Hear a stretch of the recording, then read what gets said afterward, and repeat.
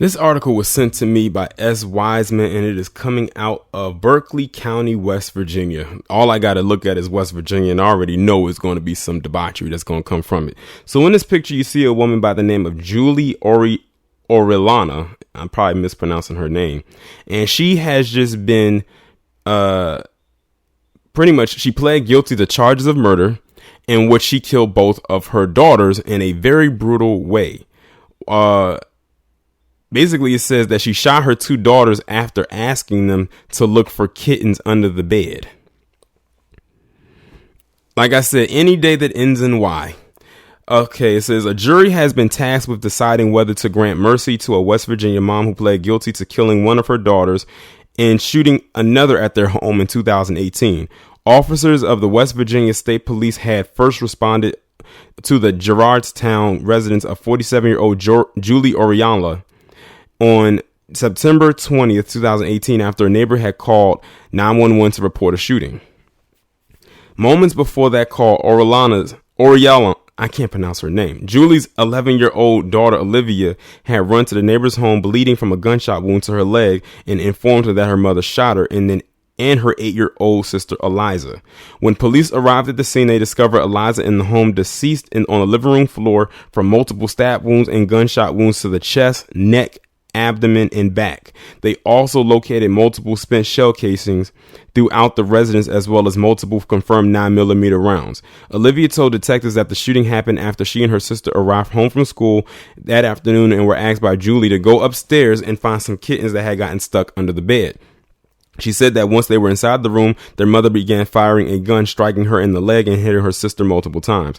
She says she was able to escape by jumping out of the window of the adjacent bedroom. Police launched a manhunt for the 47-year-old who had fled the scene in a white SUV that she had later ditched to throw them off her trail. However, she did leave behind a Taurus G2 9mm semi-automatic handgun she had purchased the day before. She was finally apprehended 12 hours later following a search by multiple agencies and had on her a bloody 6-page letter, a steak knife, and the handgun. While she did not reveal the motive, she disclosed the state troopers that she had intended to kill both her daughters and then take her own life.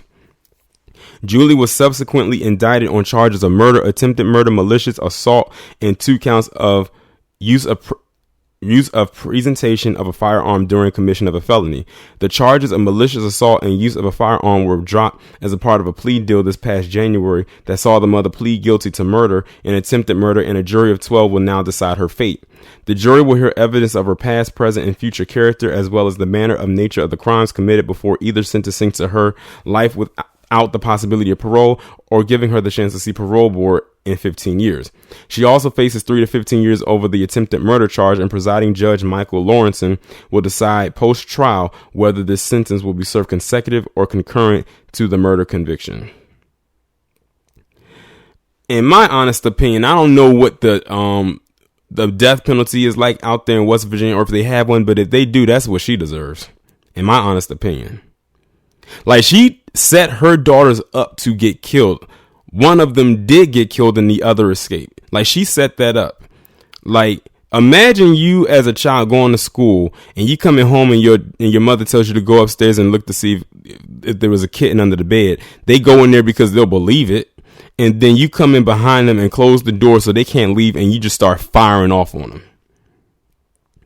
And then one of the daughters, after she shot and killed her, she proceeded to make sure she was dead by getting a steak knife and stabbing her multiple times in multiple parts of her body. This bitch does not deserve to not only not see the outside of a prison cell, but she also doesn't really need to be in jail that long. Someone in there needs to get rid of her ass, like on some Jeffrey Dahmer type shit. But like I said, I don't know what the death penalty is like out there in West Virginia.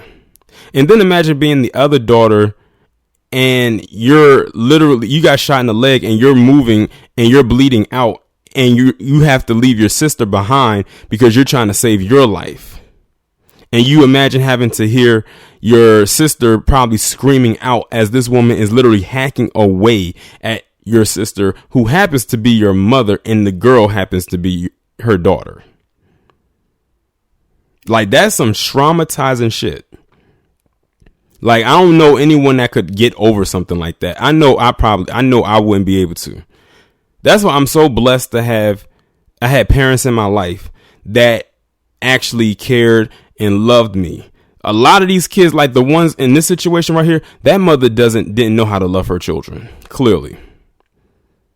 But then you'll have them come out and say, I did it out of love. No, you didn't. It was something else. You just wanted to get rid of them. Who knows what the psychology is when it comes to a lot of these so-called parents and their kid and the dynamic with their children when they do and commit these heinous crimes like that. Because that shit right there is unreal.